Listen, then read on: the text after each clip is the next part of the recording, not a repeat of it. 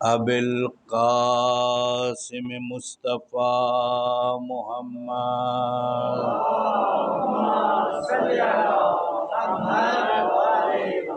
वालिहि तय्यबीन ताहिरीन अल-मासूमीन अल-मज़लूमीन वलानतुल्लाहि अला आदाइहिम अजमईन मिनल आन इला क़याम यौमिद्दीन अम्मा बादो फ़क़द क़ालल्लाहु तबारका व तआला फ़ी मुहकम किताबिहिल मजीद व फ़ुरक़ानिल हमीद व क़ौलुहुल हक़ बिस्मिल्लाहिर्रहमानिर्रहीम वजअलना मिनहुम अइम्मतन यहदूना बिअम्रिना लम्मा सबरू व कानू बिआयातिना यूक़िनून।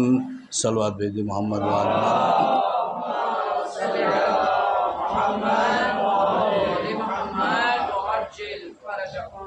अरबाब रज़ा परवरदिगार आलम के नहायत ही शुक्रगुज़ार हैं कि उसने हमें और आपको ये तौफ़ीक दी कि कायनात के सबसे अज़ीम गम का हम तज़किरा करें, उसे मनाएं। अय्याम अज़ा बहुत ही तेज़ी के साथ गुज़र रहे हैं। आज मुहर्रम की 8वीं शब है, 2-3 दिन हमारे पास और हैं। हम अपनी ज़िम्मेदारियों को पहचानें कि हमारी ज़िम्मेदारी क्या है। गुज़श्ता मजलिस में ये बयान किया था कि हमारी सोसाइटी ने, हमारे मुआशरे ने कुछ सर्कल बना के रखे हैं। उस सर्कल में अगर हम हैं तो दीदार हैं, उस सर्कल में अगर हैं तो वाजिब वाजिब है, हराम हराम है, हलाल हलाल है।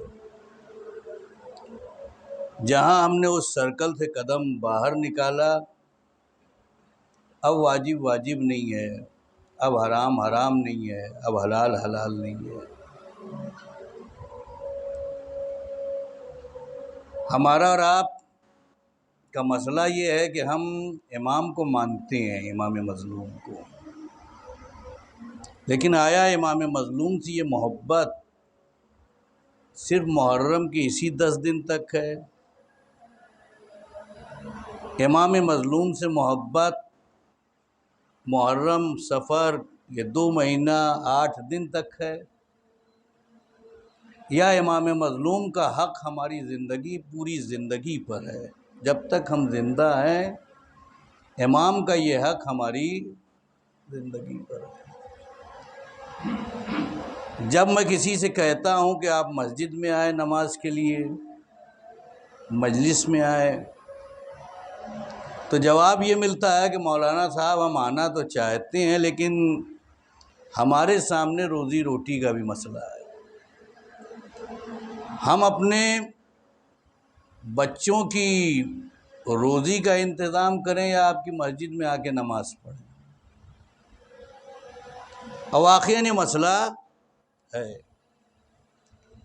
इसका मतलब ये हुआ कि इंसान को दुनिया की फ़िक्र ज़्यादा है।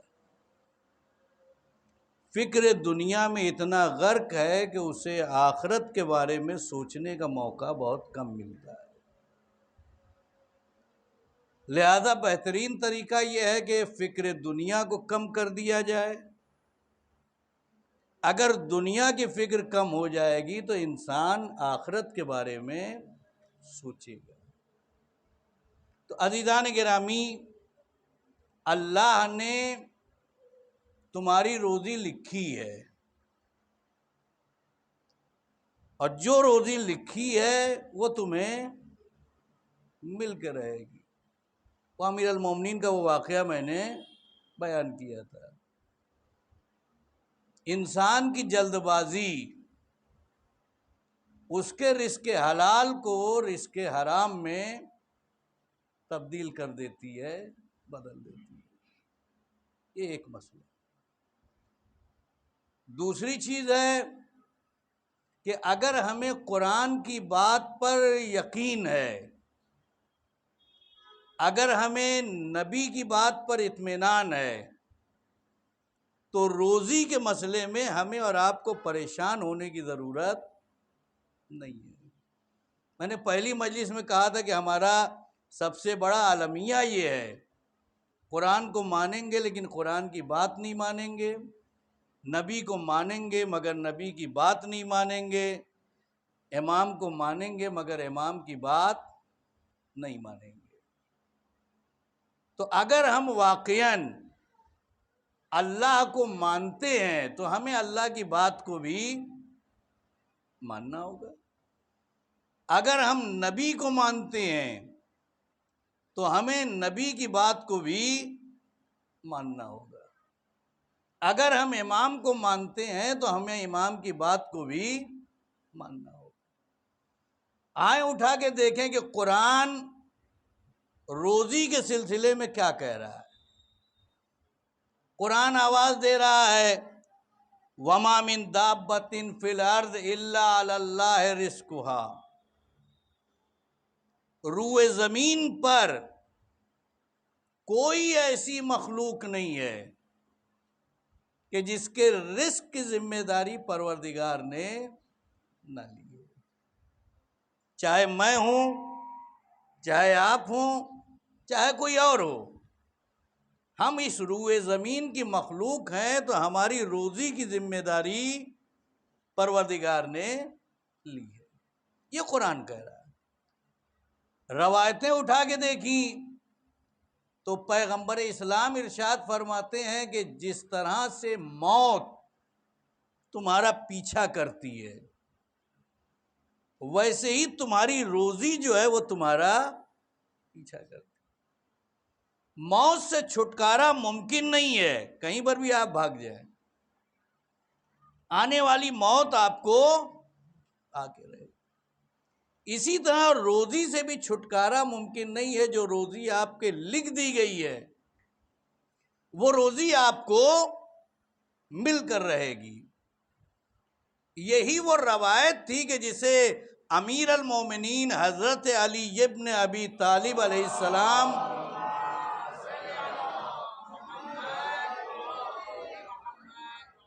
मिंबर कूफा से बयान कर रहे थे। खचाखच मस्जिद भरी हुई और उसमें अमीर अल मोमिनीन इरशाद फरमा रहे थे कि मेरे नबी ने ये कहा है कि जिस तरह से मौत इंसान का पीछा करती है, उसी तरह से रोज़ी इंसान का पीछा करती है। मौत से राह फरार मुमकिन नहीं है, रोज़ी से भी राह फरार मुमकिन नहीं है। तो उस मजमे में एक बहुत ही समझदार शख्स बैठा हुआ था। समझदार इस माने में कि उसे लाख समझाया जाए लेकिन उसकी समझ में बात नहीं आती। वो ये समझता है कि जो हम बोल रहे हैं वही बिल्कुल सही है। उसने कहा कि या अली, अगर मैं मजबूत पत्थरों का एक कमरा बनाऊं, ऐसे मजबूत पत्थर के जिन्हें तोड़ा ना जा सके, मजबूत पत्थर, और उसमें मैं बैठ जाऊं, कोई सुराख नहीं, कोई आने जाने का रास्ता नहीं, या अली ये बताएं कि रोज़ी उस तक कैसे पहुंचेगी। बड़ी तवज्जो आप गौर करें, चारों तरफ मजबूत पत्थर का वो कमरा है और बीच में मैं बैठ गया। ये बताएं कि रोज़ी का फरिश्ता उस तक पहुंचेगा कैसे। अमीर अल मोमिनीन ने कहा कि मैं कुछ और सोच रहा हूं। अब ये जो समझदार इंसान था, इसकी समझ में ये बात आई कि मैंने जो सवाल किया है अली के पास, उस सवाल का जवाब नहीं है। तभी कह रहे हैं कि मैं कुछ सोच रहा हूं।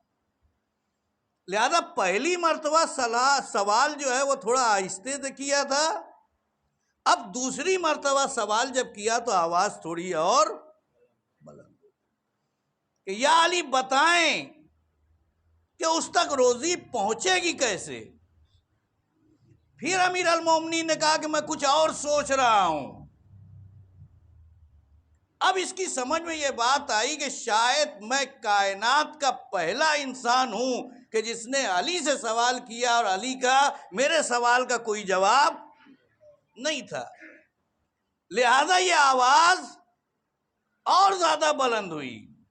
देखा होगा कि जब सवाल और जवाब की तकरार होती है तो जो मस्जिद में सोते रहते हैं वो भी बेदार हो जाते हैं। तो मस्जिद कूफा में भी जो अफराद टेका लगा के सो रहे थे उनकी भी आंख खुल गई कि आखिर मामला क्या है, बहुत सीरियस मैटर है। क्या बात है कि अली से सवाल किया जा रहा है और अली के पास सवाल का जवाब नहीं है। लिहाजा आवाज और बुलंद करके उसने सवाल किया कि या अली बताएं रोजी का फरिश्ता उस तक पहुंचेगा। अमीर अल मोमिनीन ने जवाब दिया कि मैं सोच रहा हूं कि ऐसे इंसान को कभी मौत आ नहीं सकती। बड़ी तवज्जो दीदा ने गिरा, ऐसा इंसान कभी मर नहीं सकता। उसने कहा या अली मरना तो जरूरी है, इसलिए कि जब खाना पीना नहीं मिलेगा तो मौत तो आना जरूरी है, लेकिन यह बताएं कि रोजी का फरिश्ता उस तक पहुंचेगा कैसे। अमीर अल मोमिनीन ने आवाज दी, सुन, ये मलकुल मौत जो है ये भी अल्लाह का ही फरिश्ता है और रोजी देने वाला ये भी अल्लाह का फरिश्ता है। ये कैसे मुमकिन है कि बंद कमरे में मलकुल मौत तो पहुंच जाए और उसी बंद कमरे में रोजी वाला फरिश्ता ना पहुंच पाए। यकीन करना है तो दोनों पे यकीन कर, शक करना है तो दोनों पे शक कर। एक सलवात पढ़ दे मोहम्मद व आले मोहम्मद पे।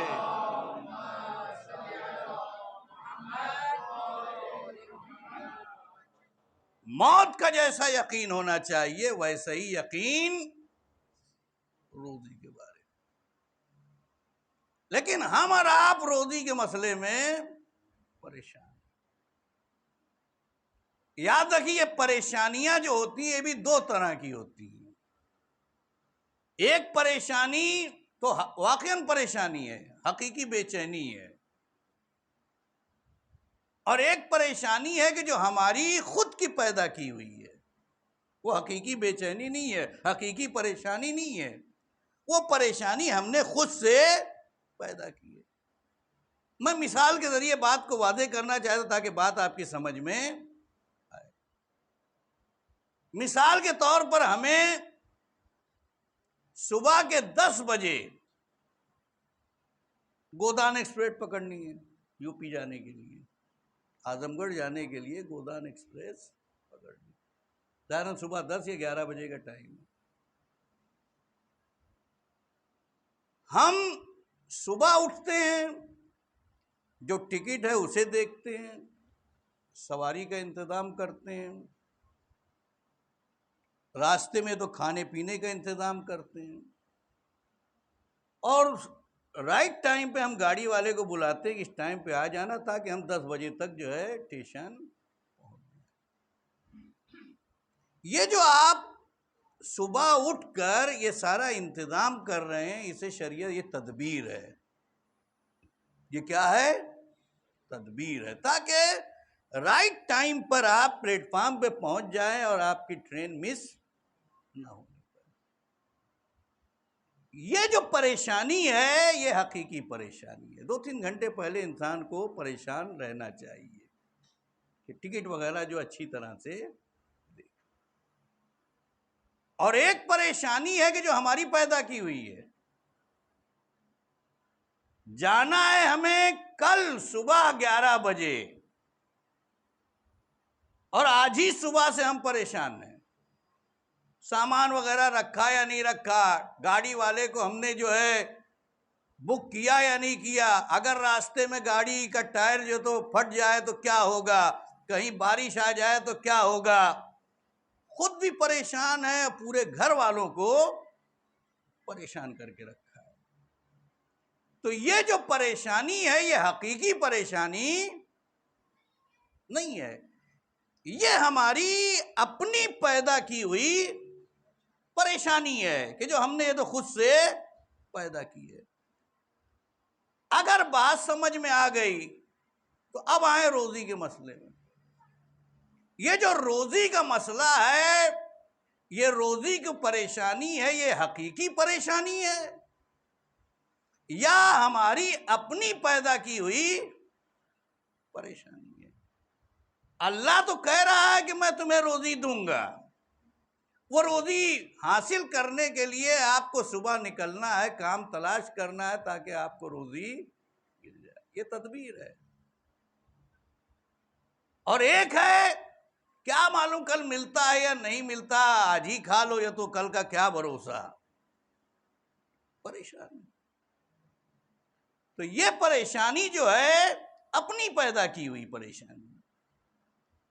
हमारा मुआशरा जो रोजी के मसले में परेशान है, ये हकीकी परेशानी नहीं है, बल्कि ये हमारी अपनी पैदा की हुई परेशानी है कि रोजी मिलेगी या नहीं मिलेगी, बीवी बच्चों का क्या होगा, कहीं ना मिला तो कैसे उनका पेट भरेगा। ये हम परेशान। अजीजान गिरामी, कुदरत आवाज दे रही है कि हम तुम्हें रोजी देंगे। अमीर अल मोमिनीन कहते हैं कि देखो, रोजी के सिलसिले में तुम वैसे ही यकीन रखो जैसा यकीन परिंदे रखते हैं। ये परिंदे जब सुबह के वक्त अपने घोंसलों से निकलते हैं तो खाली पेट रहते हैं, लेकिन इस यकीन के साथ निकलते हैं कि जब वापस अपने घोंसलों पे पहुंचेंगे तो हमारा शिकम भरा होगा। ऐ इंसान, क्या तुझे उन परिंदों जैसा यकीन भी नहीं है रोजी के मसले में, कि तुम जो है परिंदों जैसा यकीन जो है रोजी के मसले में रखो। अजीजान गिरामी, याद रखें, इस दुनिया की आबादी कितनी है? टोटल आबादी कितनी है? हाँ, 8 मिलियन, यानी तकरीबन जो है 7 अरब से ज्यादा, 7 अरब से ज्यादा इस दुनिया में इंसानों की आबादी। और तकरीबन हर साल मर्दमशुमारी होती है, इंसान शुमार किए जाते हैं कि कितनी तादाद जो है वो इंसानों की बढ़ी है। ये 7 अरब इंसान रोजी के मसले में परेशान। अच्छा, मैं आपसे सवाल करूं कि इस कायनात में परिंदे कितने हैं? नहीं मालूम। जानवर कितने हैं? नहीं मालूम। दरिया में जो समुद्री मखलूक है वो कितनी है? नहीं मालूम। ये हशरात, कीड़े मकोड़े कितने हैं? नहीं मालूम। 7 अरब इंसान, उसके मुकाबले में कहीं बड़ी तादाद कीड़े मकोड़ों की है, परिंदों की है, हशरात की है। अल्लाह उन सबको रोजी दे रहा है या नहीं दे रहा है? परवरदिगार उन सबको रोजी दे रहा है या नहीं दे रहा है? तो जो परवरदिगार कीड़े मकोड़ों को, परिंदों को, हैवानों को रिस्क दे रहा है, उन्हें परवरदिगार की रोजी पर यकीन है, तो वैसे ही यकीन इंसानों को क्यों नहीं हो रहा है कि अल्लाह ने हमें पैदा किया है तो हमारी रोजी का भी वही जिम्मेदार रहेगा। एक सलवात पढ़ दे मोहम्मद वाले मोहम्मद पे।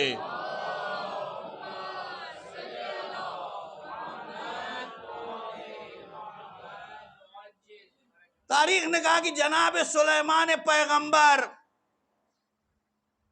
दरिया के किनारे बैठे हुए हैं कि तभी उनके आंखों के सामने एक मंजर दिखा। उन्होंने देखा कि अचानक कहीं से एक चूंटी नमूदार हुई और उस चूंटी के मुंह में एक दाना है। जैसे ही वो चूंटी किनारे में पहुंची है, वैसी दरिया से एक मछली निकली और उसने अपना मुंह खोला। वो चूंटी उस मछली के मुंह में चली गई। मछली ने फिर गोता लगाया। थोड़ी देर के बाद फिर मछली ने अपना सर बाहर निकाला, मुंह खोला, वो चूंटी फिर बाहर निकली। फर्क इतना था कि जब चूंटी पहली बार मछली के मुंह में गई तो उसके मुंह में एक छोटा सा दाना, और जब वापस आई है तो अब चूंटी के मुंह में दाना नहीं है। जनाब सुलेमान ने सवाल किया कि पालने वाले ये माजरा क्या है। अज़ीज़ान गिरामी, नबी खुदा है, क्या नबी खुदा को नहीं मालूम कि क्या माजरा है? क्या नबी इल्म गैब नहीं जानते थे?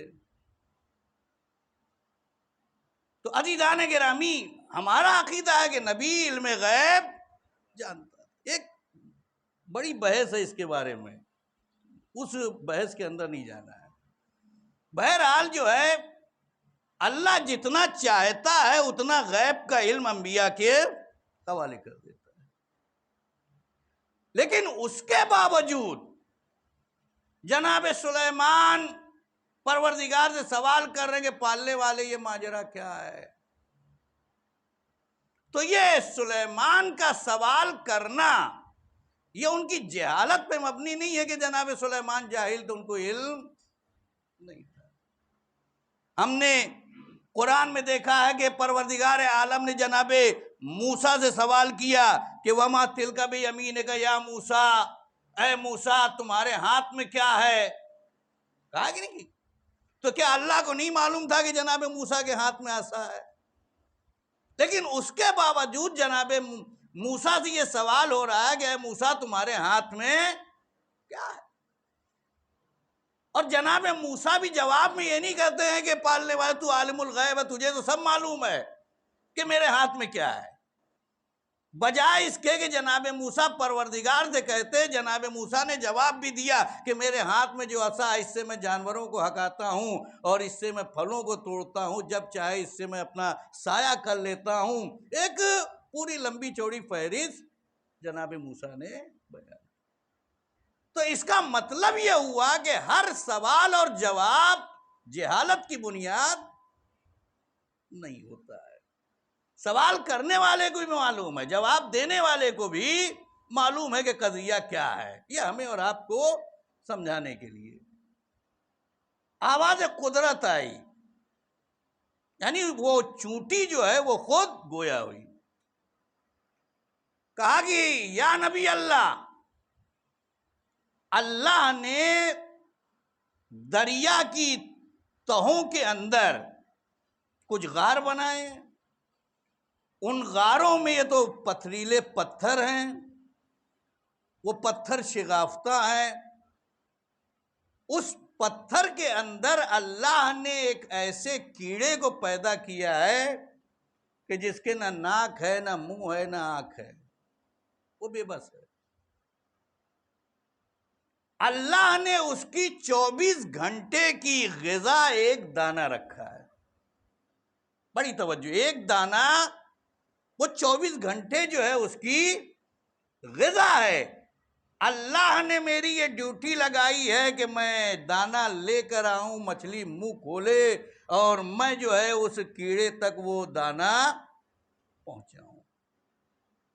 तो अज़ीज़ान गिरामी, एक बेबस कीड़ा कि जिसे अल्लाह ने खल्क किया है, जब परवरदिगार उसकी रोजी का इंतजाम कर सकता है तो ये कैसे मुमकिन है कि हम अशरफुल मखलूकात इंसान की रोजी का उसने इंतजाम न किया हो। एक सलवात पढ़ दे मोहम्मद वाले मोहम्मद पे।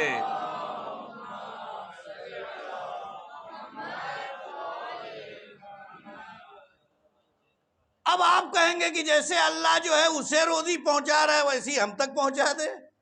क्या जरूरत है घर से बाहर निकलने की? घर में बैठे रहेंगे, रोजी मिल जाएगी। हम तो अशरफुल मखलूकात हैं, हमें तो बदर्जे औला रोजी मिलना चाहिए, हमें इधर उधर जाने की जरूरत ना पड़े। 24 घंटा घर में बैठे सोते रहें या मोबाइल है उसमें जो है कौन जाए काम धंधा करने, रोजी तो मिलेगी। अजीजान गिरामी, मिसाल के जरिए बात को समझाना चाहता हूं ताकि आप अच्छी तरह से रोजी की इस मसले को समझें। एक मां है, उसके 3 बेटे हैं। एक बेटा 6 महीने का है, एक बेटा 3 साल का है और एक बेटा 14 साल का है। जो 3 महीने का बेटा है, जब उसे भूख लगती है तो वो रोना शुरू करता है। शुरू करता है कि नहीं रोना? रोता है। मां समझ जाती कि भूखा है, उसके लिए ग़िज़ा का। जो 3-4 साल का बच्चा है, उसे जब भूख लगती है तो मां कहती है कि मैंने खाना बना दिया है, जाओ, भूख लगी है तो मैं तुम्हें ये तो क्या कहते हैं निकाल के देती हूं, तुम जो तो आराम से खाना खा लो। जो 14 साल का बेटा है, वो आता है और आके कहता है कि अम्मा भूख लगी है, तो मां कहती है कि खाना तैयार है, जाओ जो है निकालो और खाओ। अब वो नाराज हो जाएगी, आप तो उसको जो है क्या कहते हैं खाना निकाल के दे रही है, छोटे वाले को खुद से खाना खिलाती हैं, मुझे भी जो तो क्या कहते हैं आप खाना। मां क्या जवाब देती है कि वो बच्चा है, उसको सही तरीके से लुकमा उठाने की भी तमीज नहीं है। बड़ी तवज्जो, वो बच्चा है, वो सही तरीके से लुकमा उठा नहीं सकता है, लिहाजा मैं उसे खाना खिलाती हूं। तुम्हारा दूसरा भाई जो है अभी वो इतना बड़ा नहीं हुआ है, लिहाजा मैं पतीली से खाना निकाल के उसे देती हूं ताकि तू वो अपने हाथ से खा ले। और तुम माशा अल्लाह